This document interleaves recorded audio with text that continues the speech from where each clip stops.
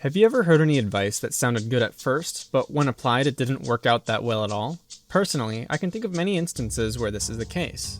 Possibly the most famous example would be, as the title suggests, be yourself. But what does it really mean to be yourself? What about you is worth being? If being by nature is satisfactory, then progressively tweaking and enhancing the character you display to the world would be a useless venture. But maybe I'm reading too deep into this. It's not as though the people giving the advice of be yourself are acting in a misleading or malicious way.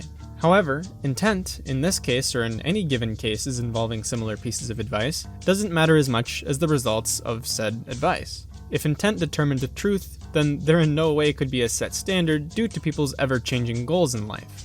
While such pieces of advice may absolutely help specific people hearing it, in many ways it can also hinder others. Be yourself in the hands of a stalker may be taken as encouragement to continue in his creepy and illegal acts. This perfectly exemplifies the disconnect a piece of advice can have from morality. If one is to determine their own morality, then the advice may be taken in a way that's undesirable for most people involved.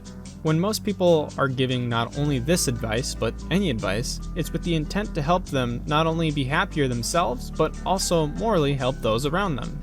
Be yourself is a calling to be genuine, and not a calling to cease any progress the person can have on developing their character. But even happiness is disconnected from morality. If you want a piece of advice like this to have moral limits, then it requires some more articulation.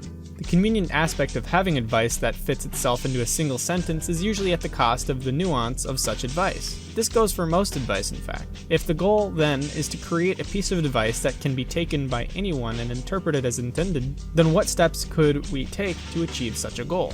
Firstly, the advice itself has to be given in more specific circumstances. People that openly say to the public to be themselves will inherently have those in the crowd that apply the advice wrongly, depending on the size of the crowd, of course. The more cases in which the advice can be applied result in more of a chance that there will be cases where it can go wrong. Advice like this speaks in such general terms that it calls into question the applicability of such advice. The more specific you are about a person and their circumstances, the more practicality you get out of the advice. This is perhaps the reason saying things like believe in yourself or our overly used be yourself have little to no impact on the actions someone takes thereafter. And really it's the actions that are important here. Much of who you are is defined by what you do. If being yourself is inherently something you've already achieved, then no action is necessitated. When trying to give advice that can always be interpreted correctly, we secondly need to consider who is hearing the advice. If the specific thing we said still doesn't work for that person's situation, then you aren't part of the solution, but potentially part of the problem. Now, that's not to say that you shouldn't be there for people and shouldn't help out your friends with advice, but much of the progress an individual makes comes from their internal acceptance of a piece of advice. A lot of times, people have to feel like they realized something for themselves rather than it coming from someone else. This can take the form of being there to listen to their situation, letting them explain what they are going through, why they feel that way about it, and what they're going to do about it may give them hope to keep pushing forward.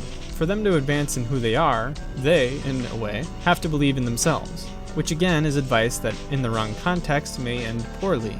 However, if someone truly has pure goals at hand, then actively following through with them is only possible if they believe it is. Achieving such goals doesn't start by believing you can't. When looked at in that way, there can be an equal amount of truth within such advice. But for them to believe in an action plan to make their life better, they must know what specifically it is that they need to change. Know thyself, therefore, is one of the most uncorruptible pieces of advice that can be given.